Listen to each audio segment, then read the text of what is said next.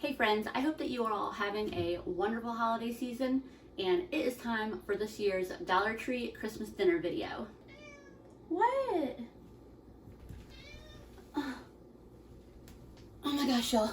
The moment he hears me talking to the camera is when he has to come demand some attention. If you're wondering why the Dollar Tree, there are many people out there for whom the Dollar Tree or stores like the Dollar Tree is either the best option or the only option for buying groceries. And so I make videos like this to show how to get the most out of the usually more limited variety of ingredients that stores like the Dollar Tree offer, and how to use those ingredients to make delicious meals, especially for a special occasion like Christmas. And if you are struggling to feed yourself or your family, please do reach out to whatever resources are around you. Everybody deserves enough to eat. With that said, let me show you what I bought for this year's meal. Here are the ingredients that I got for my Dollar Tree Christmas dinner. Shopping at Dollar Tree the week before Christmas was definitely a little bit of a challenge. The store had several employees who were trying to keep up with restocking the shelves, but the store was also full of people, so the shelves were in absolute chaos. So it was definitely really hit and miss on what items I kind of usually expect to be at the Dollar Trees around me and what was actually available. On the other hand, there are also some things that I hadn't seen before, so I figured we would just work with what we got and do the best we can. If all goes according to plan, it's looking like my menu is going to consist of a couple different types of crostini as appetizers, a lentil and sausage loaf as my main course, mashed potatoes and gravy, and roasted broccoli as sides, and then peanut butter fudge cookie cups for dessert. From the Dollar Tree's frozen section, I got frozen broccoli and then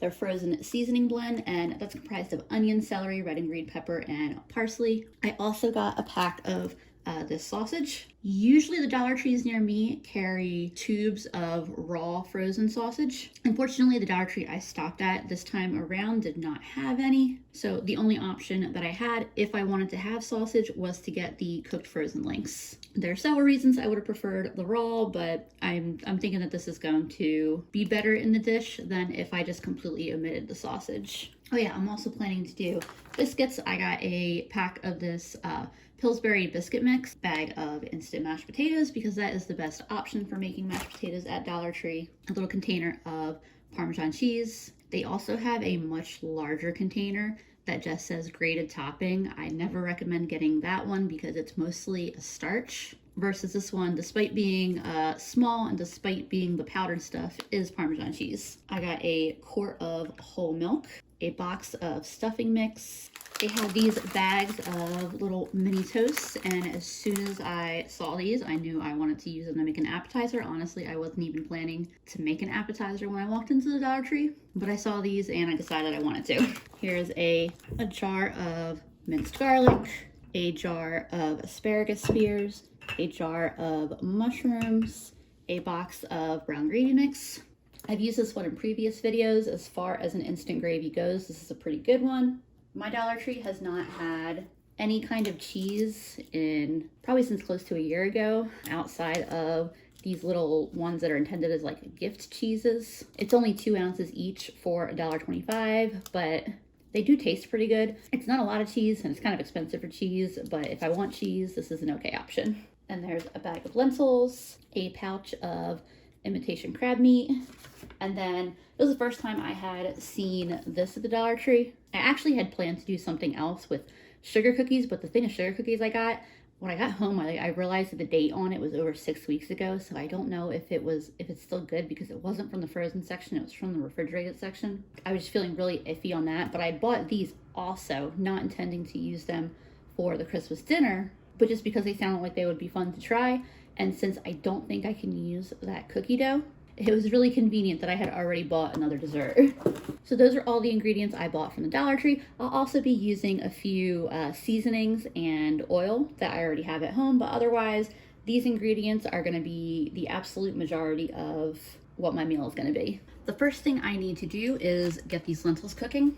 I'm thinking I only will need about a cup of these. So in reality, that's probably more like a cup and a quarter. And I'm gonna rinse these real quick and just make sure that there's no like dirt or foreign material in there. And then I'm adding my rinsed lentils to my little mini Instant Pot. I got this thing at a thrift store for 15 bucks and it was in like brand new condition. I love this little thing. I'm cooking these in about 2.5 cups of water. So I'm gonna cook these in the pressure cooker for 10 minutes on high pressure and then natural release for 15 minutes. You could very easily cook these on a stovetop. Just boil them in water until tender. I used to work in an outdoor program where we would just cook pots of lentils over a campfire. Trust me, they are very easy to cook. I don't have anything else to start on until the lentils are at least halfway done cooking, so I figure I might as well get dessert going, right? This is a really cool kit in that it's supposed to come with everything. All it doesn't have is either like butter or oil, and I do have some oil and that's what I'm going to use for this. They also had a birth cake one of these. I don't know if this is just like an overstock and will be like a limited time thing at the Dollar Tree, but if these are good, I probably will go back and pick up a couple more because there's something that's just nice to have in the cabinet. I like baking things from scratch, but sometimes it's nice to have something that you can, you know, make in a hurry. I do see that the Best Buy date on this is in January. So that might be why these are at the Dollar Tree. I did open up and smell that other cookie dough, by the way, and yeah, it just, something about it didn't smell right to me, so I'm glad I didn't use it. This is the fudge that goes on at the end, so I'm gonna set that aside. I have my oven preheated to 350. It comes with these little paper cups. This should be super duper simple. Apparently they give you several extra cups.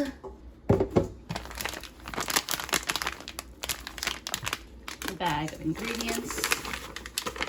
Everything is all together. So we're just adding a tablespoon of water and a 1/4 cup of oil. Stir that really well. You see this comes together to a very dough-like consistency very quickly. Oh my god, what's the best way to get these evenly into the cups? All right, I've got the dough into the paper cups, and here's my takeaway on this. I don't really understand why they're having us bake these in these little paper cup liners. The consistency of the dough, personally, I think it would be way easier to just roll them up into balls and put them on a cookie sheet and then flatten them out into discs. I assume it's so that way, you know, we end up with this nice little ridged look, and it probably sounded good in terms of marketing to be like, look, everything you need and it's a low mess and that kind of thing. But I honestly think it would be, like I said, easier to have just made them into balls, put them on a cookie sheet, and flatten them out a little bit. But these are gonna go in the oven for 12 minutes. I've got about 12 minutes left on my lentils, so it's time to start on sauteing some veggies. My pan is heating up here with some oil in it, and I think I'll do like about half these veggies. Might be slightly more than half. Hopefully that's not too much to overwhelm this lentil and sausage loaf. Lentil and veggies and sausage, they're all a really, really good combination. So I'm feeling pretty good about the whole thing.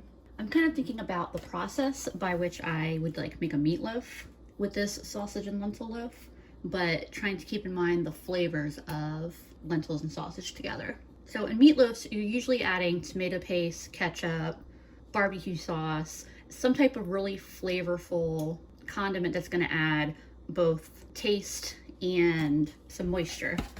Let's check on these. Okay, they are not burning at all. Something in my oven I think is smoking just a little bit, but it was not the cookies.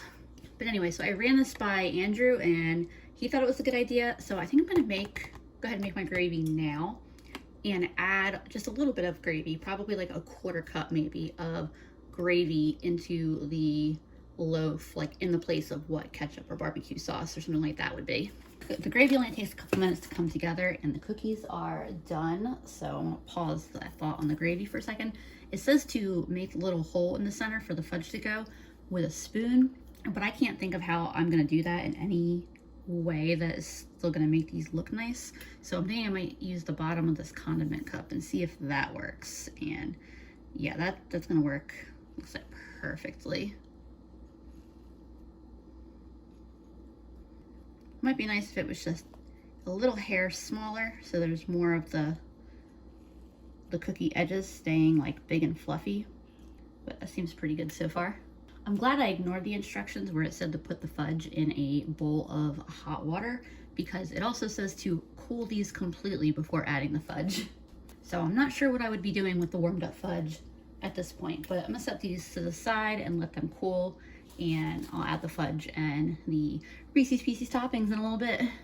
The gravy pretty much works very, very similar to a cornstarch slurry. So I'm mixing cold water in. It'd be better if I had a whisk, but my cheap whisk I had was not working out for me, so I think I put them on my Christmas list.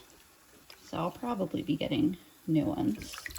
You're mixing the starchy powder in with cold water, and then we're gonna bring it to a boil, and it's gonna thicken beautifully. I will use what I need for my lentil loaf and put the rest in a bowl, and then when it comes time to actually eat later, I can just pop it in the microwave and it should heat up very nicely. So in place of having a whisk, I will just push the any clumps into the sides to break them apart, and it should work out just fine. The veggies start out pretty liquidy from being frozen, but that'll evaporate out momentarily. And then I've got this warming up. I'll keep giving it a stir as it heats up, but pretty much as soon as it starts boiling, it will pretty much be done. I've got my sausage links here. Like I said earlier, there's a few different reasons I would have had the raw sausage. So it would have been 7 ounces of uncooked sausage versus 3.9 ounces of cooked. The number one reason I wanted the raw is because as it cooked, I think that the raw would have given a lot of really good fat and flavor to the loaf. I don't expect this pre-cooked sausage to have nearly as much fat, but I still think it'll be a good addition. I thought about trying to use mushrooms instead, like getting a second jar of mushrooms, but I figured I'd save that for another day. The other reason I would have preferred the raw sausage is that it would have been easier to incorporate in with the lentils. So in this case, I think cutting it up is going to be the way to go, and I'll just try to chop it pretty fine.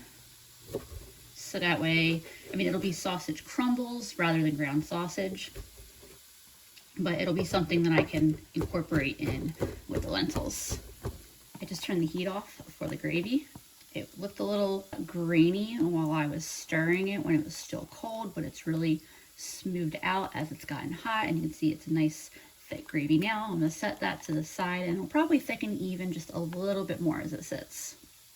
And the veggies definitely still have a few minutes still. So the meat chopped up pretty nicely. It's a pretty nice texture and consistency. Over here in veggie land, these are getting pretty close to done. My lentils are done. I've got my minced garlic here. I want to add a big old spoonful of that in. The garlic won't cook as long, so I want to put that in towards the end. As my veggies finish up, I'll get the rest of my meatloaf together. Ooh, I made a lot of lentils. I decided to take out 1 cup of the cooked lentils. I can always add them back in. All the meat. For breadcrumbs, I'm adding stuffing mix. I really like doing stuffing mixes for meatloafs. So I figured, why not try it for this? Add that in. A little bit of water. I may add more if it seems like it's too dry. I'm happy with these veggies here and my garlic, so I'll add those in. Adding a little bit of this parm, probably like 1/3 of the container. It smells really good. It's a good, strong smelling parm for being a little Dollar Tree bottle of the powder stuff. Yeah, this gravy definitely is very, very thick. I'm just gonna add, I don't even know amount wise what that would be. Additionally, need a little pepper in there. I don't think I'm gonna need to add any salt. I think between the gravy and the stuffing mix, it'll probably be salty enough. I don't usually need to add salt to my meatloafs. I will do a little bit of this Cajun style seasoning that I got from the Dollar Tree that I put in like everything. It does have a little bit of salt in it, but overall it's not a very salty seasoning. For this particular loaf, I'll add a little bit of Worcestershire. Wow, this is a lot more mix than I thought it was gonna be. I probably will be keeping that other cup of lentils out, but I guess let's just see what it looks like here in a minute. I'm actually pretty happy with this consistency, and it smells really, really good. What I'm trying to decide now is if I want to make this in a loaf pan or just shape it on a sheet pan like I normally do when I make meatloafs. I think I might try shaping it on a regular pan. I oiled up this pan a little bit. I don't normally need to do that with regular meatloafs, but since there's not a lot of fat in this one, I thought that would probably be a good idea. I have no idea if this is really going to, I'm hoping that the breadcrumbs and the Parmesan is like sufficient to, as you know, to bind this together, that it stays together when it cooks. I thought about putting a little bit of gravy on top when it cooks, similar to like ketchup, but I think I'll just save that to the end. You know, I'm gonna make mashed potatoes and gravy, and then I figured slices of this would taste really good with gravy served over them.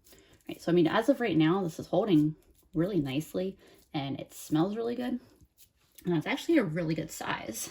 I never did add that other cup of lentils back in. I'll just eat that probably for lunch tomorrow. I kept my oven at 350 after the cookies. I'm gonna put this in for like, I think I'm gonna put it in for 25 and then check on it. It's not, actually I'm gonna put it in for 30.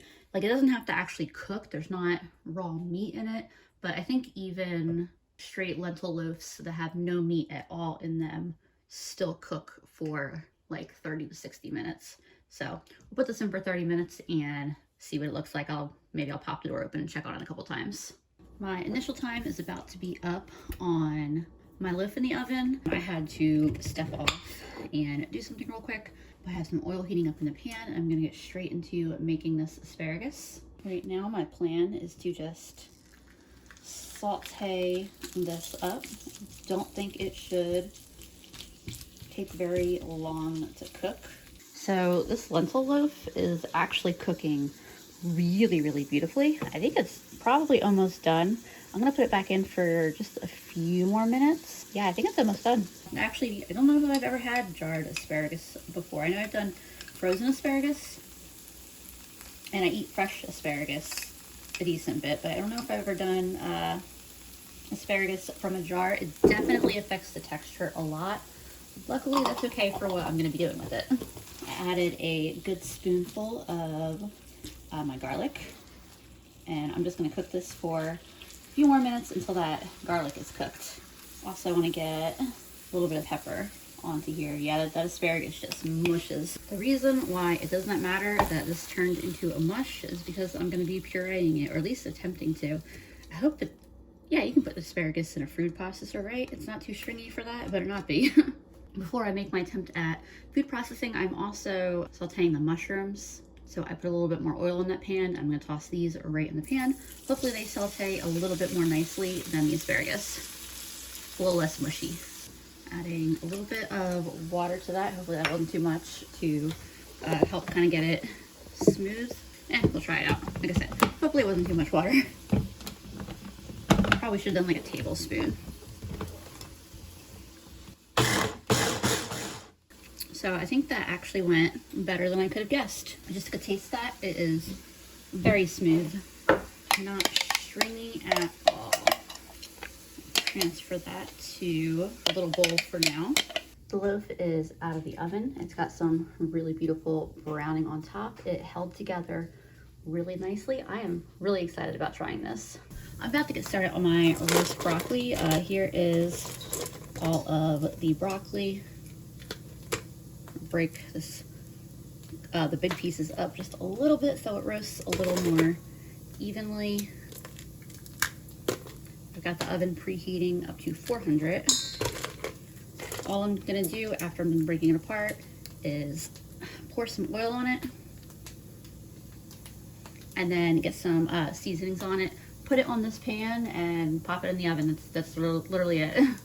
The pieces that were a little too solid of chunks to break apart, I just ran them underwater for like 2 seconds. It really was not long, just a quick dunk, and they were easy to break apart then. Some salt, some pepper, a little garlic powder, and then some Parmesan.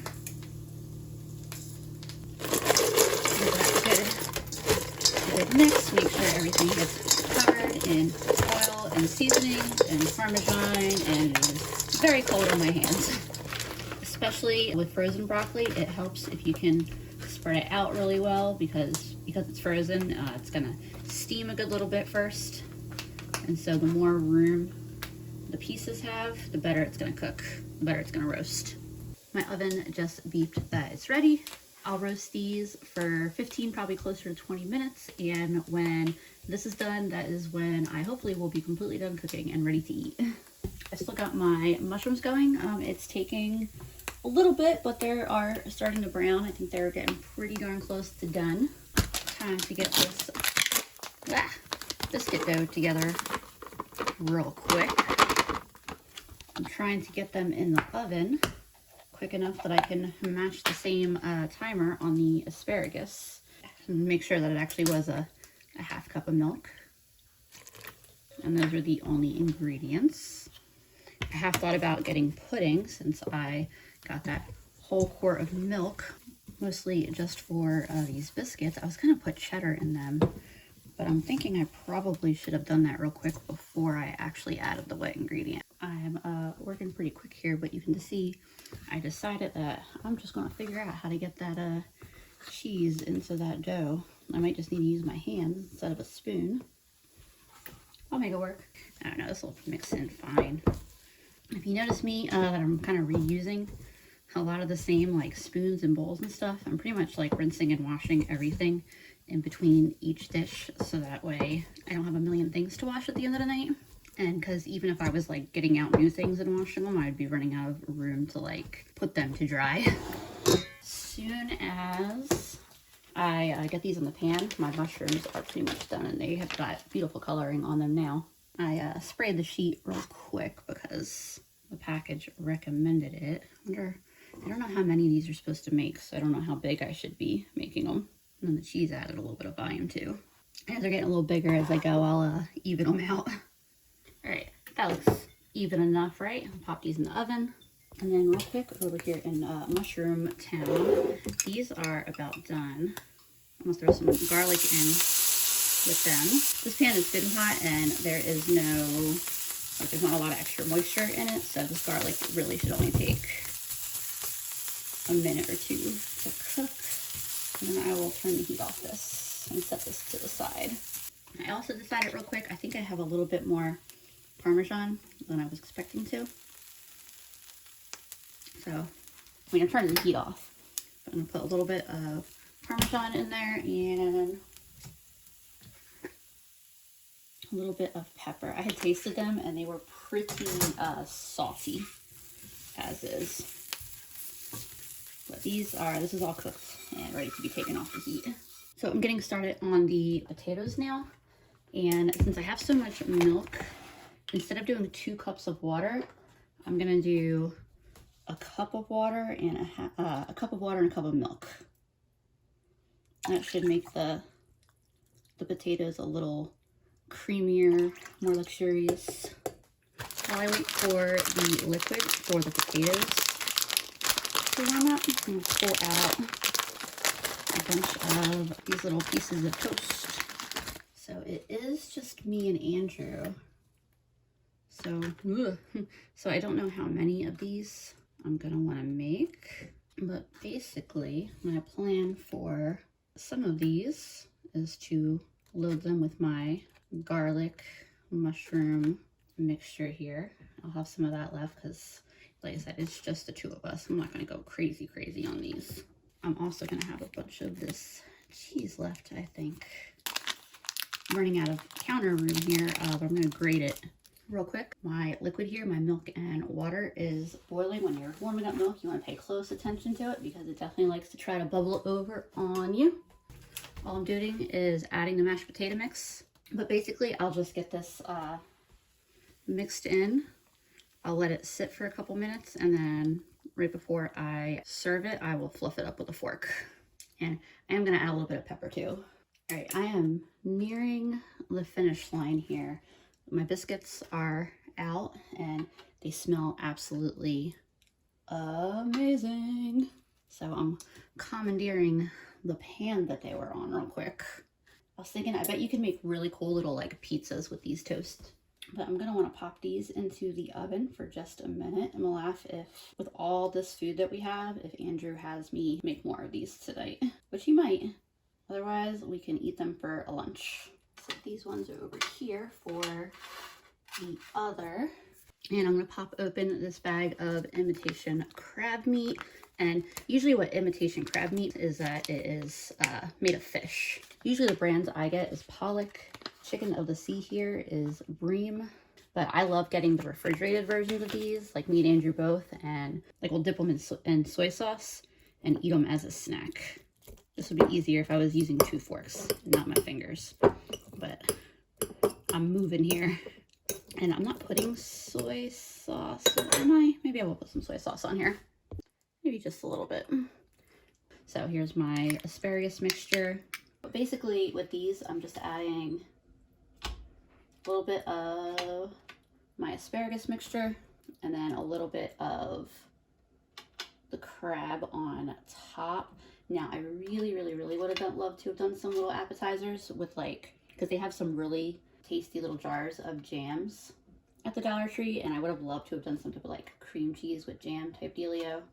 Really, there was a lot of options I could have done if there was some type of cream cheese, but there wasn't. And I even like thought about being an overachiever, and I was like, well, what if I make some? I was like, can I just make some like with milk, like by boiling milk and separating parts of it? And while that milk is like, there's nothing wrong with it, and it's really great to have around. It's like ultra heat pasteurized, or I can't remember exactly what it's called, but basically it doesn't, you can't separate it.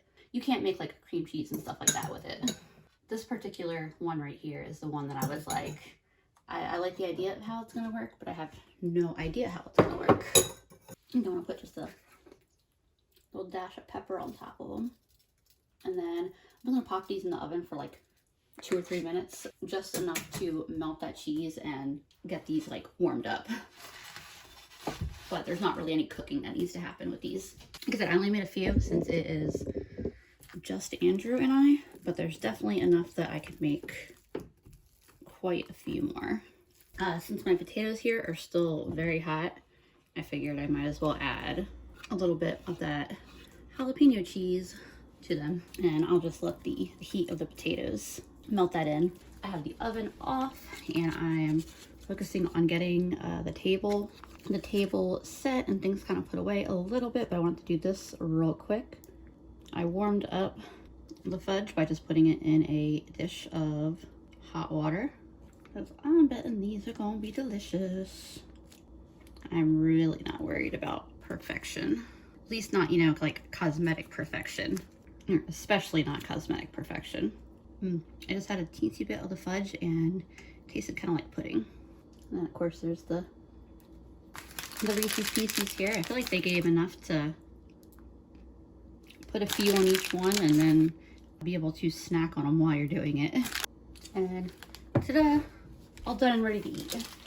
And here is what my finished array of food looks like. We have the appetizers there, which obviously we're eating them with dinner, not as a true appetizer, but that's all right. Mashed potatoes and gravy. I tasted those mashed potatoes and they taste fantastic. Dessert is looking delicious. I'm excited to try this loaf. If we were doing more than like 3 people tops, I would want to get another bag of broccoli, but I did taste a piece of the broccoli and it does taste good. And then I'm super excited to eat one of these biscuits because they are loaded with cheese, and even without the cheese, they are so good. I'm gonna grab Andrew and we're gonna eat. All right, my phone battery's almost dead, so I will have to be quick, but here's our plates. I wanted to have a bite of the lentil loaf before I put the gravy on. Whoops. Well, you don't have to. I was just saying I wanted to try it without the gravy first. So I think it's really good. I'm gonna put some gravy on it because the gravy is also really good, but I would definitely eat that on its own. It's got a different texture than a traditional meatloaf, so you have to keep that in mind. I really like it. It has more depth of flavor than a meatloaf. Like, it's got more going on in a good way. So as far as the little crostini, these are better than I was a little bit afraid of how these were going to taste. I wasn't entirely sure if the flavors were going to work together, but they're actually pretty good. I think they could use a little, like after they come out of the oven, a drizzle of fresh soy sauce on top of them. And I think Andrew kind of felt the same thing, but I don't know that I would make these once again. But I mean, you can see, you know, we're going back for more than one, so that says something that they're not bad. I think the big wild card with these for me was jarred asparagus. I didn't really know what to expect, and it wasn't necessarily what I was expecting. So that was a little bit weird to work with. Go for another one anyway. I want another one of these ones. The mushroom and cheese is really good. It's really like simple and basic, but it's good. Now that you've had a little bit of everything, except for dessert, what's your favorite thing you had on your plate? I think I do really like the loaf. Lentil loaf. That's what I've been calling it, the loaf. I do really like the loaf. Just like we call the cat, the loaf. Well, depending on what he's doing. Yeah, I can't decide between the lentil loaf or these mashed potatoes came out really well. Doing 1 cup water and 1 cup milk and then adding a little bit of that jalapeno cheese. Very good meal. Took a break from eating to have some dessert in the middle of dinner because why not? Those things are good. They are very, very rich. I definitely had to immediately go and grab a glass of milk to go with this, but they're definitely delicious. And so that was this year's dinner. My least favorite ingredients to work with were definitely the jarred asparagus and jarred mushrooms. I don't know if that is because the quality of those ingredients is just so different than fresh. It may be my own inexperience with those ingredients. I am not a professional or trained or anything like that kind of cook. I'm just someone who is figuring out as I'm going. But either way, those are not ingredients I would be in a rush to get again anytime soon. The shining star of this meal was definitely the lentil and sausage loaf. So much so that Andrew even asked if I would put it into our regular meal rotation, which I'm on board with because I loved it too. I hope you enjoyed watching me prepare this holiday meal. I definitely enjoyed making it and especially eating it. Have an absolutely wonderful Christmas, and if you're not celebrating Christmas, whatever you're celebrating this holiday season, whoever you're celebrating it with, even if you're just celebrating getting through another year, I hope that the rest of this year is full of joy and happy memories for you. Thank you for joining me, and I will see y'all again soon.